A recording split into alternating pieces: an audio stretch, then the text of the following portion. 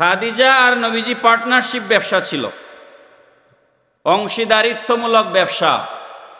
অনেক বক্তা বলে থাকেন নবীজি খাদিজা রাদিয়াল্লাহু আনহার কর্মচারী ছিলেন। এটা মারাত্মক বেয়াদবি এবং উদ্ধত্তপূর্ণ একটা কথা। এই কথা সঠিক নয়। তো খাদিজাতুল কুবরার ব্যবসা নিয়ে যখন নবীজি সিরিয়ায় গেলেন, সাথে খাদিজা দুইজন খাদিম আল্লাহর রসুলকে দিয়েছিলেন। একজন ছিলেন খাদিজাতুল কুবরা রাদিয়াল্লাহু তাআলা আনহার দাস, তার নাম ছিল মায়সারা। তার নাম ছিল কি? মায়সারা। আরেকজন ছিল খাদিজাতুল কুবরা রাদিয়াল্লাহু তাআলা আনহার আত্মীয়, একজন স্বজন, তার নাম ছিল খুসায়মা। মায়সারাকে নবীজির খেদমতের জন্য খাদিজাতুল কুবরা রাদিয়াল্লাহু তাআলা আনহা নবীজির সাথে দিয়েছিলেন, আর উপদেশ দিয়েছিলেন, তোমাকে দেওয়া হচ্ছে নবীর সাথে, তোমার দায়িত্ব হচ্ছে সর্বদা নবীর সাথে থাকবে, 1 নাম্বার। 2 নাম্বার, সদা সর্বদা তার সেবা করবে, তার কি লাগবে তুমি সেটা দেখবে। 3 নাম্বার, রাস্তায় কোনো অসুবিধা যেন না হয় সেটা খেয়াল রাখবে, সফরের মধ্যে কোনো যেন তকলিফ আল্লাহর রসুলের না হয় সেটা তুমি খেয়াল রাখবে। 4 নাম্বার, নবী যখন ব্যবসার জন্য কোনো পার্টির সাথে কথা বলবেন, ক্রয় বিক্রয় নিয়ে, লেনদেন নিয়ে, ওই ব্যবসার ভিতরে তুমি কোনো নাক গলাবে না। 5 নাম্বার, বিনা অনুমতিতে তাকে না জিজ্ঞেস করে কোনো কাজ করবে না।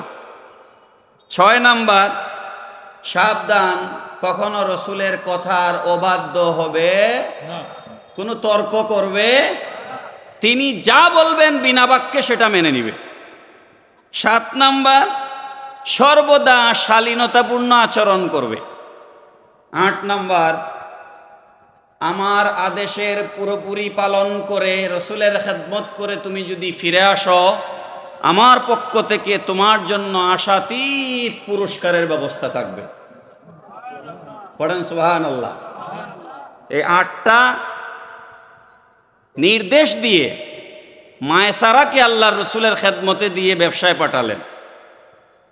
খাদিজার জিন্দেগিতে যত ব্যবসার কাফেলা পাঠিয়েছেন, সারা জিন্দেগির ব্যবসার চাইতে এই ব্যবসায় সব থেকে বেশি লাভ হয়েছে। ফিরে আসার পর মায়সারা এবং খুসায়মা দুইজন আল্লাহর রসুল সম্পর্কে যে রিপোর্ট দিলেন, এই রিপোর্ট শুনে আম্মাজান খাদিজাতুল কুবরা রাদিয়াল্লাহু তাআলা আনহার নবীজির প্রতি ভক্তি আরো বহুগুণ বেড়ে গেল এবং তিনি আল্লাহর রসুলকে বিবাহের প্রস্তাব দিলেন। কি দিলেন? এখানে অনেক ইয়াং ছেলে পেলে, অনেক যুবকরা আছেন, খুব লক্ষ্য করবেন। নবীজি বললেন, আমার মুরব্বী আছেন, আপনি আমার মুরব্বীর সাথে কথা বলতে পারেন। কি বুঝলেন? নিজে নিজে বিয়ে করা যায়? আমার কথা কি বুঝতেছেন আপনারা? আমার ইউনিভার্সিটির বহু ছেলেরা নিজে নিজেই বিয়ে করে, বহু মেয়েরাই নিজে নিজেই বিয়ে করে, আছে না নাই? ওই সংসারে কোনোদিন শান্তি হয়? যেই বিয়েতে মায়ের দোয়া নাই, বাবার দোয়া নাই, দাদার দোয়া নাই, দাদির দোয়া নাই, দাদা খুশি হলো না, দাদি খুশি হলো না, তোমার ওই দাম্পত্য জীবনে কোনোদিন শান্তি আসতে পারে না। আমার রসুল কি শিক্ষা দিয়ে গেছেন? নবীজি বললেন, আপনি আমার মুরব্বির সাথে কথা বলতে পারেন। এখানে 2টা জিনিস, একটা হচ্ছে নবীজি যে রাজি এটা বুঝাইলেন, হ্যাঁ, আর নাইলে তো বলতেন না না আমি এই বিয়েতে রাজি না। সম্মতি দিলেন আর বললেন, এই শাদী সামনের দিকে আলাপ আগায়া নিতে গেলে মুরব্বি লাগবে। সুবহানাল্লাহ, বড় করে বললেন না সুবহানাল্লাহ। খাজা আবু তালিব বিয়ের প্রস্তাব নিয়ে খাদিজার বাড়িতে গেলেন, আলাপ করলেন। আলাপ আলোচনা শেষে শাদী মুবারক হলো। আমি যে কথাটা বলতে চাচ্ছি আপনাদেরকে, আমার মূল মকসুদ আছে। বিয়ে যখন হয়ে গেল, মক্কার কাফের কুরাইশ যারা আছে বড় বড় ব্যবসায়ী। খাদিজা রাদিয়াল্লাহু তাআলা আনহার বাবার নাম ছিল খুয়াইলিদ, তাকে বলা হয় খাদিজা বিনতে খুয়াইলিদ। উনি মক্কার অনেক বড় এক ব্যবসায়ী ছিলেন, ধনাঢ্য ব্যক্তি ছিলেন। পিতৃসূত্রে খাদিজা রাদিয়াল্লাহু তাআলা আনহা লক্ষ কোটি কোটি টাকার মালিক ছিলেন। আমাদের দেশে এখন বাবারা মেয়েদের সম্পদ দেয় না। মনে হয় আপনারা সবাই ফিরিস্তা নাকি? বাবাও দেয় না, ভাইও দেয় না। আমার স্যারের নাম আগে বলতে আমি ভুলে গেছি, সরি। আমাদের সবার মুরব্বী প্রিন্সিপাল কবি কালাম আজাদ, আমরা সবাই স্যারকে সম্মান করি, আল্লাহ নেক হায়াত দিন, পূর্ণ আমিন। স্যার বলতেছে বাবারা, স্যারের কথার অর্থ হচ্ছে বাবারা দিতে চাইলেও ভাইয়েরা দেয় না। আমার ওই সাবজেক্ট না আমার আলোচনার, আমি সেদিকে যাচ্ছি না। আমার আলোচনায় বিষয় হচ্ছে মহিলা সাহাবীদের নবী প্রেম এবং ইসলামে মহিলা সাহাবীদের খেদমত। আমি কতটুকুন বলতে পারবো জানি না, যতটুকুন পারি বলবো আর কি। মক্কার ধনাঢ্য ব্যবসায়ী খুয়াইলিদ, তার মেয়ে হচ্ছেন খাদিজা। মক্কার ধনী ধনী কাফের যারা আছে তারা অভিযোগ উত্থাপন করলো খাদিজা এতিম এক ছেলে, নাউজুবিল্লাহ। মানে এটা হেনত করে তারা বলতেছে নবী তো এতিম হয়ে এসেছেন, এই কথা সত্য। এতিম এক ছেলে যার কিছু নাই, তাকেই খাদিজা বিয়ে করলো। আমাদের মতো এই কোটি কোটি টাকার মালিক, একটা ছেলেও তার পছন্দ হলো না। এই কানাঘুষা যখন শুরু করলো, তখন খাদিজা রাদিয়াল্লাহু তাআলা আনহা বাড়িতে একটা ওয়ালিমার ব্যবস্থা করলেন। সেখানে মক্কার বড় বড় ধনী কাফের সবগুলোর দাওয়াত দিলেন। দাওয়াত দিয়ে খাওয়া দাওয়া শেষে উনি বললেন, আপনাদের উদ্দেশ্যে আমার দুইটা কথা আছে। আগে খাওয়াইলেন, খাওয়া দাওয়া বললেন, শোনো কুরাইশরা, শোনো, তোমাদের অভিযোগ হচ্ছে আমার উপরে, আমি এত ধনী মহিলা হয়ে এই গরিব ছেলেকে কেন বিয়ে করলাম।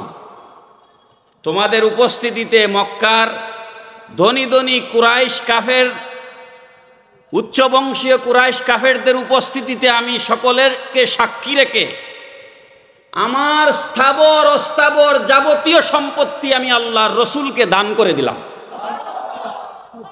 এই নি সুবহানাল্লাহ, আওয়াজ করে বলেন সুবহানাল্লাহ।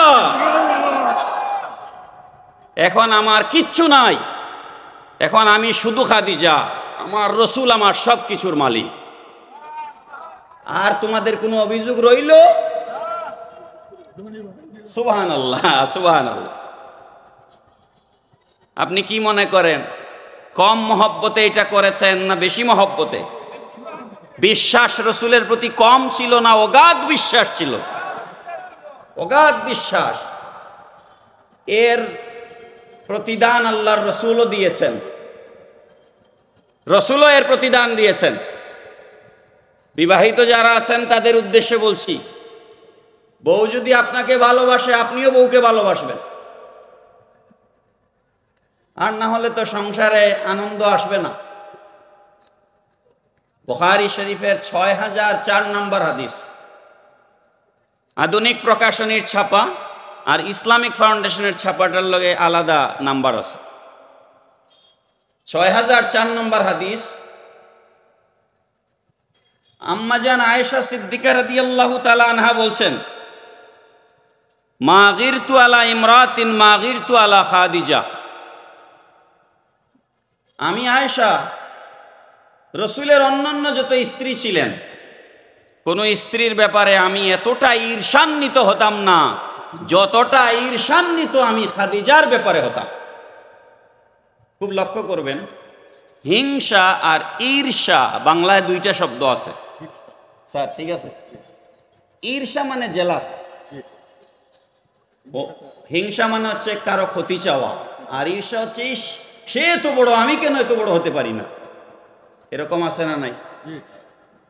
আম্মাজান আয়েশা বলছেন, ওয়ালাকাদ হালাকাত ক্বাবলা আন ইয়াতাযাওয়াজানি বিসালাসি সিনিন।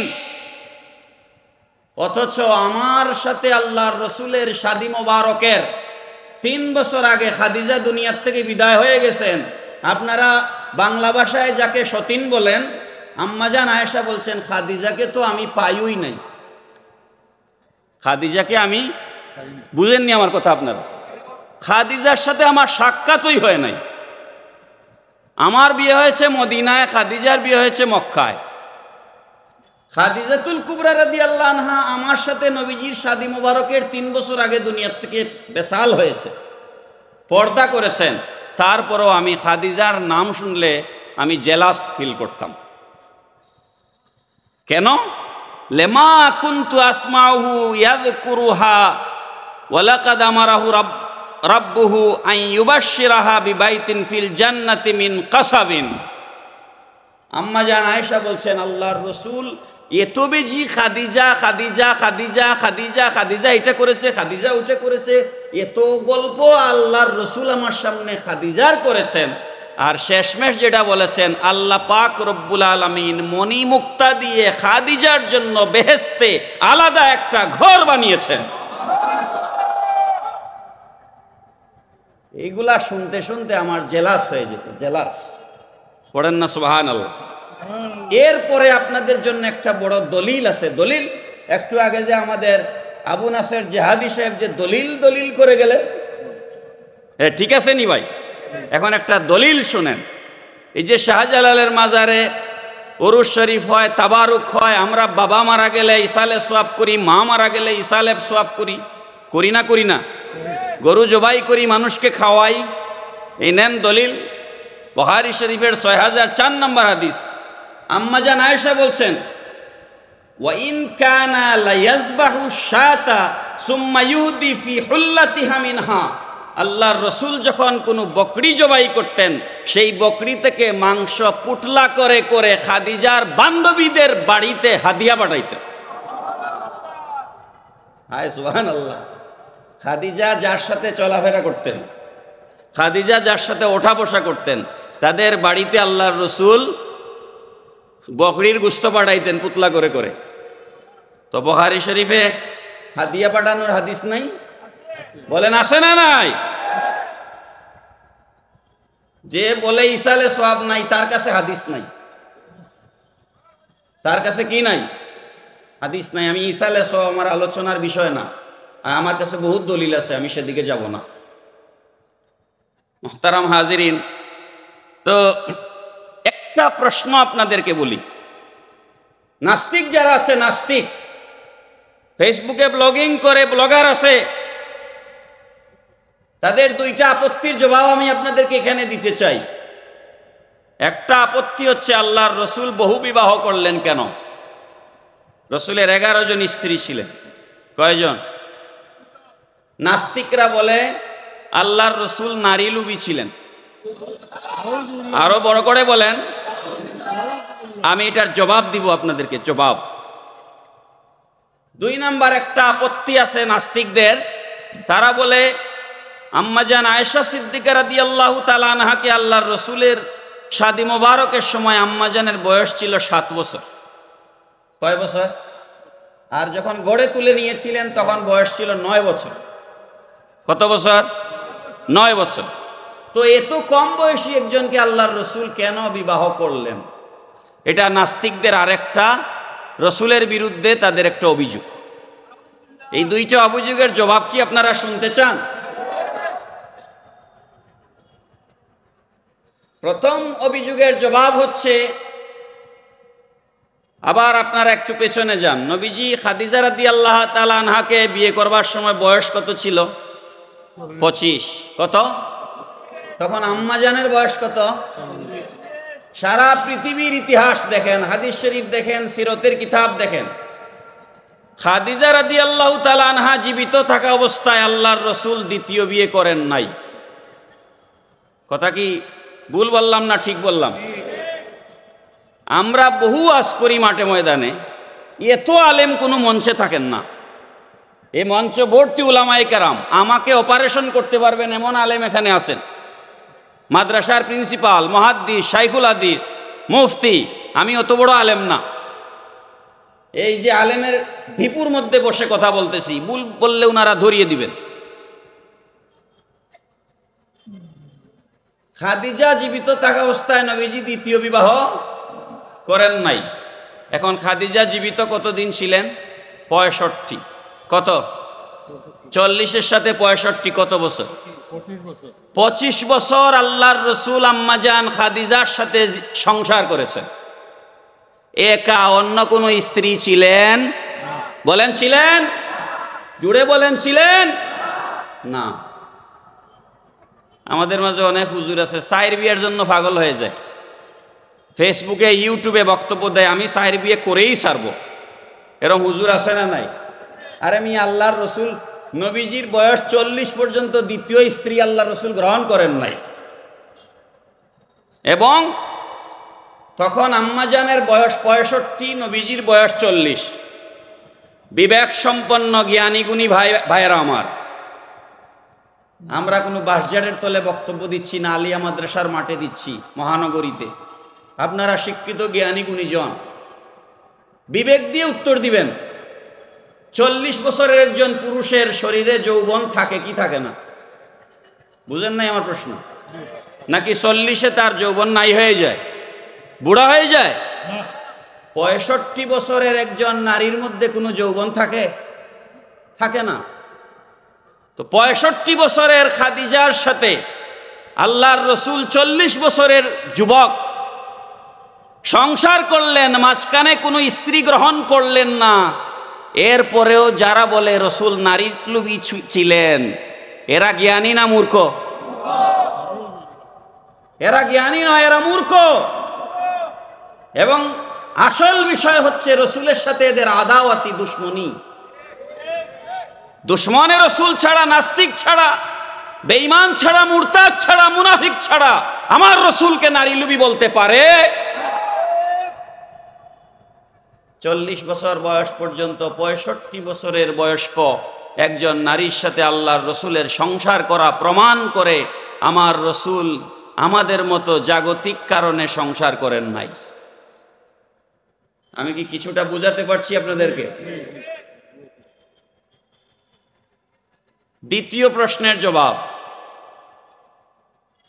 কেন আল্লাহর রসুল 7 বছরের আয়েশা সিদ্দিকা রাদিয়াল্লাহু তাআলা আনহার সাথে সংসার করলেন? নবীর যদি নারীরই প্রয়োজন হইতো 65 বছরের খাদিজার সাথে সংসার করতেন না, এর আগেই বিয়ে করতেন। কথা ঠিক না বেটি? তাহলে কেন আয়েশাকে বিয়ে করলেন? প্রথম কথা হচ্ছে রসুলের শাদী মুবারক বলেন, রসুলের প্রতিটা কথা বলেন, রসুলের চলাফেরা বলেন, সব কিছু কার হুকুমে? বড় করে বলেন, কার হুকুমে? আপনারা কি মনে করেন রসুল নিজে নিজেই বিয়ে করেছেন?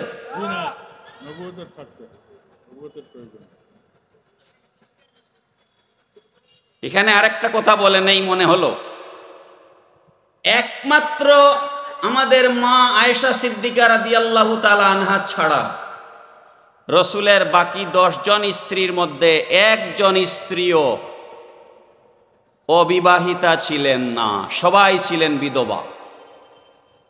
যেই জাহিলিয়াতের যুগে মানুষ বিয়েই করত না, জেনা ব্যভিচার সাধারণ ব্যাপার ছিল, সেই জায়গায় বিধবা নারীদেরকে বিয়ে করে আল্লাহর রসুল কিয়ামত পর্যন্ত নারীদের অধিকার প্রতিষ্ঠা করে গেছেন। আম্মাজান আয়েশা ছাড়া আর একজনও অবিবাহিতা ছিলেন না, একজনও না। পড়েন, জানেন, ইতিহাস পড়েন, রসুলের জীবনী পড়েন, না পড়লে তো উল্টাপাল্টা বলবেন। আমার ভাইয়েরা, প্রথম কথা হচ্ছে কার হুকুমে হয়েছে?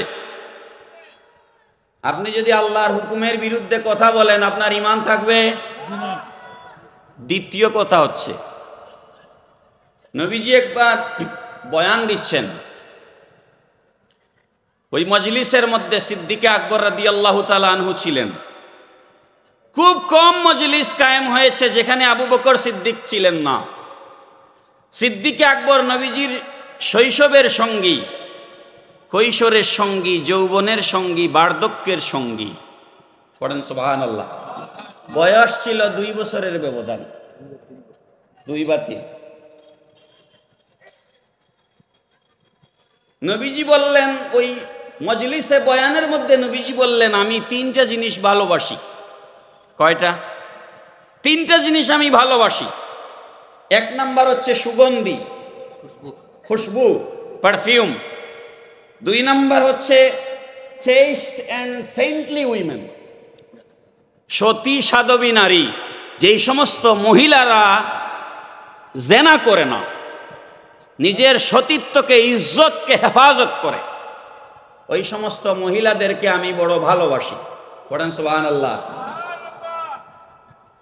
খুশবুর ওয়াজ করতেই স্যার খুশবু বের করে দিছে। সুবহানাল্লাহ। নবীজি খুশবু পছন্দ করতেন। আমার বাবারা, ভাইয়েরা, আপনাদের মনে একটা প্রশ্ন আসতে পারে, নবীজি সতী নারীদেরকে ভালোবাসেন বললেন, সৎ পুরুষ বললেন না কেন? এই প্রশ্নটা আপনাদের মনে আসতে পারে না যে আমি সৎ পুরুষদেরকে ভালোবাসি, সৎ নারী কেন বললেন? এর কারণ হচ্ছে, একটা পুরুষের চরিত্র যদি নষ্ট হয়, একটা পুরুষ যদি বদমাইশ হয়, লম্পট হয়, সে লক্ষ লক্ষ নারীর ইজ্জত নষ্ট করতে পারবে, কিন্তু একটা বেশ্যা মহিলা, একটা বেশ্যাখানা দোকান যদি খুলে বসে, লাখ লাখ যুবকের চরিত্র নাই হয়ে যাবে। কথা কোন ঠিক না বেটে? এই জন্য নবীজি বলেছেন, চেস্ট অ্যান্ড সেন্টলি উইমেন, আমি পবিত্র সতী নারীদেরকে বড় ভালোবাসি। এদের চরিত্র ঠিক থাকলে যুবকদের চরিত্র ঠিক থাকবে, পুরুষরা বদমাইশি করার সুযোগ কম পাবে। সুবহানাল্লাহ। আর তিন নাম্বার নবীজি বললেন, আমি ভালোবাসি নামাজিদেরকে। যারা নামাজ পড়ে, প্রেয়ার, আমি নামাজিদেরকে ভালোবাসি। তার কারণ হচ্ছে, prayer is a pleasing relaxation to my eyes. নামাজ পড়লে, নামাজ দেখলে আমার চোখ শীতল হয়ে যায়। আমরা নামাজ চাই কি না? আওয়াজ করে বলেন, নামাজ চাই কি চাই না? নামাজ হচ্ছে দিন, নামাজ হচ্ছে ধর্ম। নামাজ ছাড়া কোনো দিন নাই, নামাজ ছাড়া কোনো ইসলাম নাই। বাংলাদেশে প্রায় 2 লক্ষ পীর আছে। কয় লক্ষ? চেয়ারম্যান সাহেব আসতেছেন। আর দরবার আছে প্রায় 12,000। দরবেশের অভাব নাই। আমি এই কথাটা প্রায় জায়গায় বলি। একটা হচ্ছে দরবেশ, আর একটা হচ্ছে দরসে বেশ। দরসে বেশ না স্যার, বেশ বেশ মানে গেট আপ, গেট আপ। একটা হচ্ছে দরবেশ, আর একটা হচ্ছে লাল শালু মাথায় দিয়া, লাঠি মাথা হাতে নিয়া, হ্যাঁ, হে দরবেশের বেশ ধরছে। নামাজ নাই, রোজার খবর নাই, হজের খবর নাই, জাকাতের খবর নাই, শরীয়তের কোনো খবর নাই। এ দরবেশ না দরসে বেশ? আমরা দরবেশ চাই, দরসে বেশ চাই। ভণ্ডদের সাথে আউলিয়া ফেডারেশনের কোনো সম্পর্ক।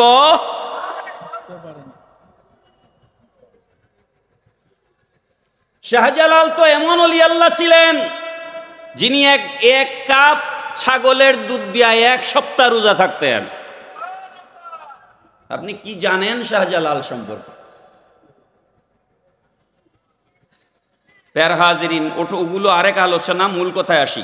আমরা নামাজ পড়বো তো ইনশাআল্লাহ? আল্লাহ পাক তৌফিক দিন, সবাই পড়ি আমিন।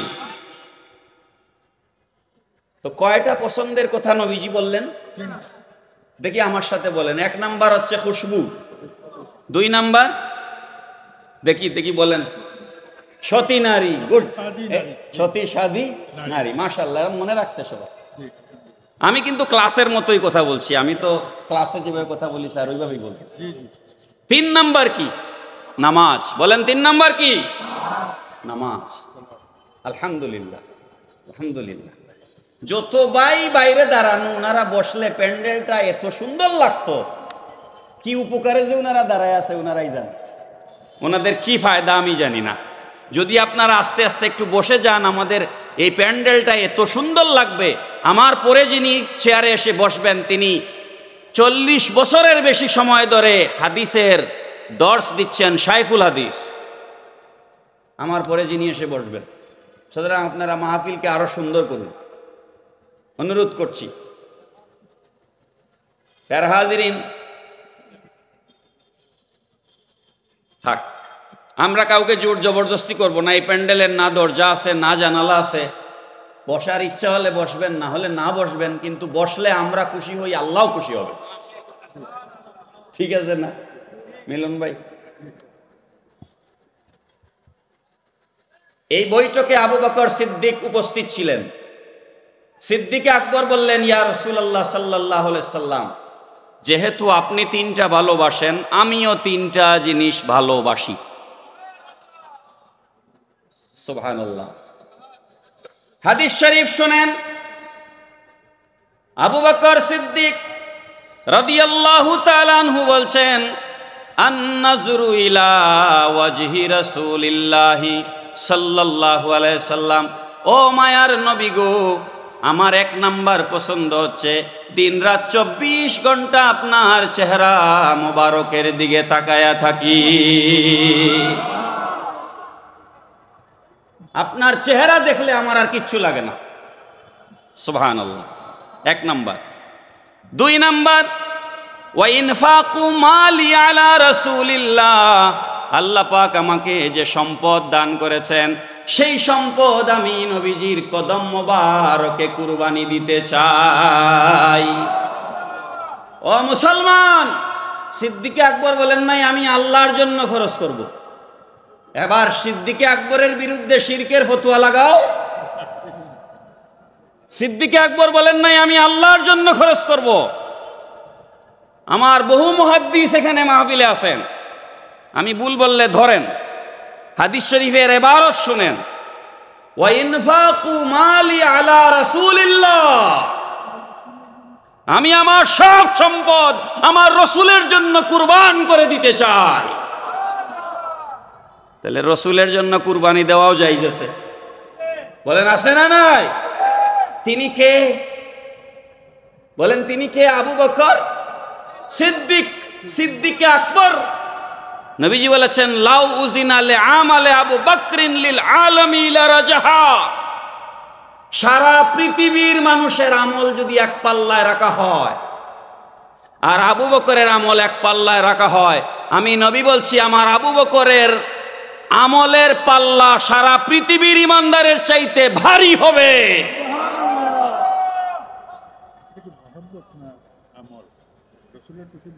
মহব্বত, আসলে তো মহব্বত। প্যারা হাজিরিন, তাহলে এক নাম্বার পছন্দ আবু বকর সিদ্দিক রাদিয়াল্লাহু আনহুর কি? নবীজির চেহারা মোবারকের দিকে তাকিয়ে তাকাও। দুই নাম্বার পছন্দ কি? নবীজির জন্য সব সম্পদ বিলিয়ে দেওয়া, যেটা একটু আগে আমি বলেছি কে করেছেন? আম্মা জান খাদিজাতুল কুবরা রাদিয়াল্লাহু তাআলা আনহা। তিন নাম্বার, সিদ্দিকে আকবর রাদিয়াল্লাহু তাআলা আনহু বলছেন, ওয়া ইয়াকুনা ইবনাতি তাহতা রাসূলিল্লাহি সাল্লাল্লাহু আলাইহি সাল্লাম, ও নবী গো, ও দয়াল নবী, আমার বড় ইচ্ছা, যদিও আমার মেয়ের বিয়ের বয়স হয় নাই, আমার মেয়েটা বড় ছোট, কিন্তু আমার বড় ইচ্ছা আমার মেয়ে আয়েশাকে আপনার সাথে শাদী মোবারক দে। তাহলে এবার বলেন, আয়েশাকে আল্লাহর রসুল, আম্মা জান আয়েশাকে আল্লাহর রসুল বিয়ে করেছেন নিজের ইচ্ছায় না সিদ্দিকে আকবরের ঐকান্তিক ইচ্ছায়? সিদ্দিকে আকবর চেয়েছেন। এখন সময় নাই এগুলা বলবার। নবীজির সাথে একটা পারিবারিক আত্মীয়তার সম্পর্ক তৈরি হোক, এটা কেনা চায় বলেন? আহা, প্রধান চায়ের খলিফার মধ্যে দুইজন আল্লাহর রসুলের শ্বশুর ছিলেন আর দুইজন আল্লাহর রসুলের মেয়ের জামাই ছিলেন।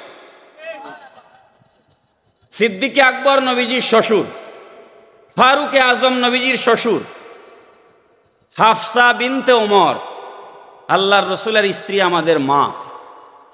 সুবহানাল্লাহ। এই দুইজন হলেন নবীজির কি? শ্বশুর।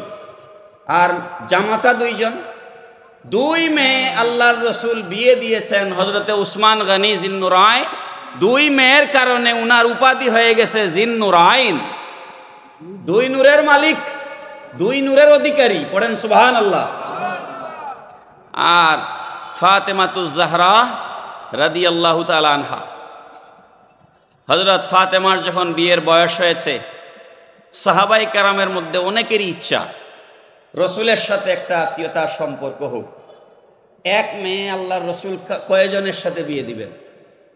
নবীজি মেয়ের বিয়ের ব্যাপারে পেরেশানি করছেন। আল্লাহ পাক রব্বুল আলামিন বলেন, জিবরিল যাও, তারিখুল খুলাফা ইমাম জালালউদ্দিন সৈয়দী রহমাতুল্লাহি তাআলা আলাইহি লিখেছেন, হাদিস শরীফ নকল করেছেন। আল্লাহ পাক রব্বুল আলামিন বলেন, ও জিবরিল যাও, আমার বন্ধুকে জানায় দাও, ইন্নাল্লাহ তাআলা আমারানি আন উযাওয়িজা ফাতিমাতা মিন আলিয়্যিন। ও নবী আমার, আল্লাহ পাক রব্বুল আলামিন আপনাকে এই হুকুম করেছেন, আল্লাহর পক্ষ থেকে অর্ডার এসেছে, আল্লাহর পক্ষ থেকে নির্দেশনা এসেছে, আপনি আপনার মেয়ে ফাতেমাকে হযরত আলীর সাথে বিবাহ দিবেন। ও মিয়া, অনেকে ওয়াজ করে ফাতেমা কবরে রসুলের পরিচয় নাকি কোনো কাজে আসবে না। আহা, খাতুনে জান্নাত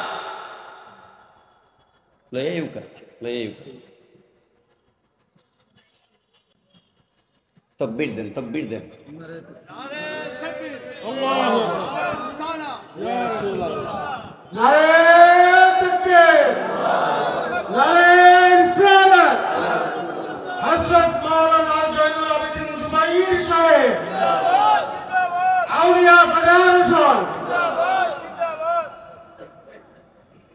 আলহামদুলিল্লাহ বলেন।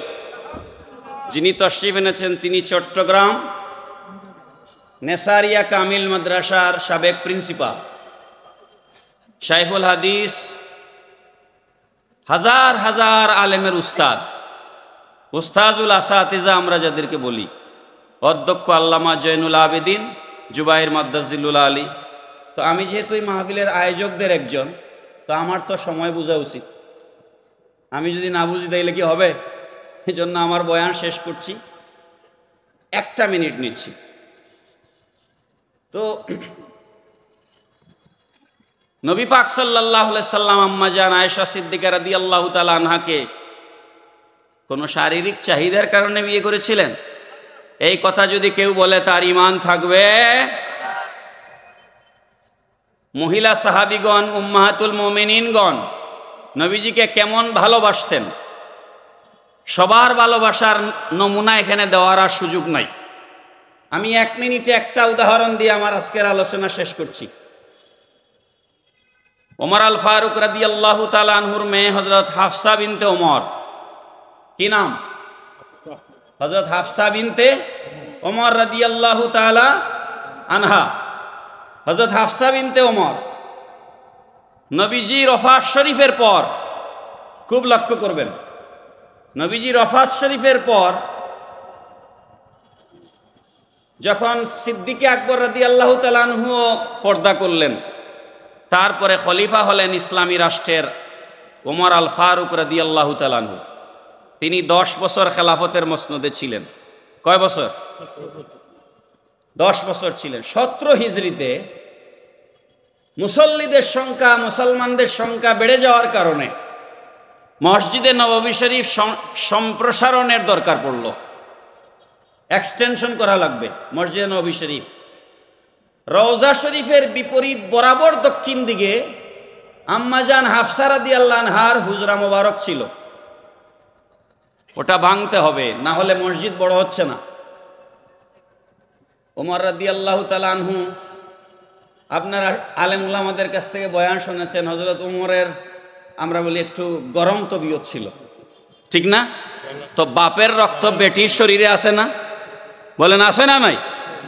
ওমর রাদিয়াল্লাহু আনহু গিয়ে বুঝাইলেন, মা এটা মুসলমানদের জন্য বড় দরকার, তুমি এই ঘরটা ছেড়ে দাও, আমি তোমাকে অন্য কোথাও আরো বড় একটা ঘর বানিয়ে দিব। তিনি বললেন, না, আমি এটা মানি না, আমি এই ঘর ছাড়বো না, এই ঘরের প্রতিটা বালুকোনায় আমার রসুলের স্মৃতি আছে, আর এখান থেকে বসে আমি আমার রসুলের রওজা মোবারক দেখি, আমি এটা ছাড়বো না। বাপরা মেয়েদের প্রতি একটু দুর্বল থাকে। কি ভাই? ওমর ফেল হয়ে গেলেন, ফিরে আসলেন, পাঠাইলেন আম্মাজান আয়েশা রাদিয়াল্লাহু আনহাকে। আয়েশা গিয়া বুঝাইলেন, তাও রাজি হলেন না। এরপরে উমর রাদিয়াল্লাহু তাআলা আনহু ওনার পুত্র হযরত আব্দুল্লাহ ইবনে ওমর, আব্দুল্লাহ রাদিয়াল্লাহু তাআলা বললেন, তুমি আমার সাথে একটু সঙ্গে চলো।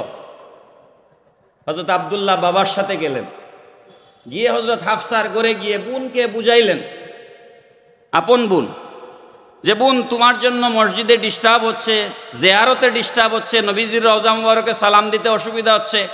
তোমার বাড়ির পেছনেই আমার একটা বাড়ি আছে। কার বাড়ি? আব্দুল্লাহ রাদিয়াল্লাহু আনহুর বাড়ি। তুমি যদি আপত্তি না করো, আমার বাড়িটা আমি তোমাকে দিয়ে দিব, তাও তুমি এটা ছেড়ে দাও। হযরতে হাফসা রাদিয়াল্লাহু তাআলা আনহা বললেন, ও ভাই আব্দুল্লাহ, আমি একটা শর্তে রাজি আছি, একটা শর্ত আছে আমার।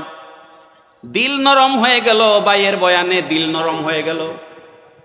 একটা শর্তে রাজি আছি, নবীজির রওজা শরীফ থেকে আমার ঘরের দিকে যদি একটা জানালা খুলে রাখো, নবীজির রওজা মোবারক থেকে আমার ঘরের দিকে যদি একটা জানালা খুলে রাখো, আমি ওই জানালা দিয়া আমার রসুলকে দিন রাত 24 ঘন্টা দেখব। যদি ওয়াদা দাও ওই জানালা কোনোদিন বন্ধ হবে না, তাহলে আমি এই ঘরটা ছেড়ে দিতে পারি। হযরত ওমর বললেন, আমি রাজি, আমি রাজি আম্মা গো, ছেড়ে দাও।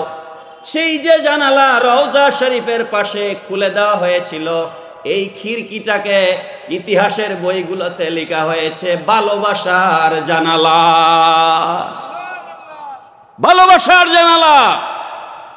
ও হুজুররা, যারা রওজা জিয়ারতের দলিল পাও না, আমার আম্মা হাফসা রাদিয়াল্লাহু তাআলা আনহা নবীজির রওজা শরীফে জানালা কেটে দিয়েছেন, কিয়ামত পর্যন্ত থাকবে। এই জানালার উদ্দেশ্য ছিল ঘর থেকে বসে রসুলের জিয়ারত করা। নাই জিয়ারতের দলিল নাই? বলেন নাই?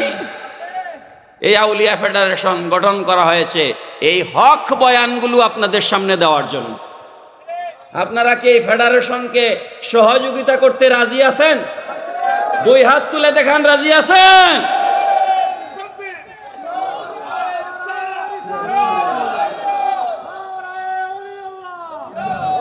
আহলে সুন্নাত ওয়াল জামাত, মারহাবা।